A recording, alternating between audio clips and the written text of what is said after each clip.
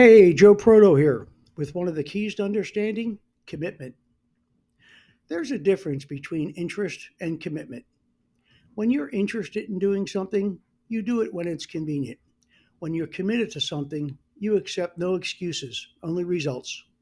As a commitment is more than a definite maybe.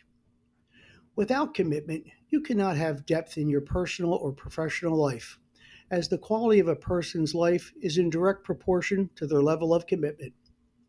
Please know when your why is big enough, the how will become more clear. So get clear on what you want and why. Then begin. And remember, commitment is a choice, not a feeling. It's about sticking with it even when the initial excitement fades. Stay committed to your goals, yet flexible on your path.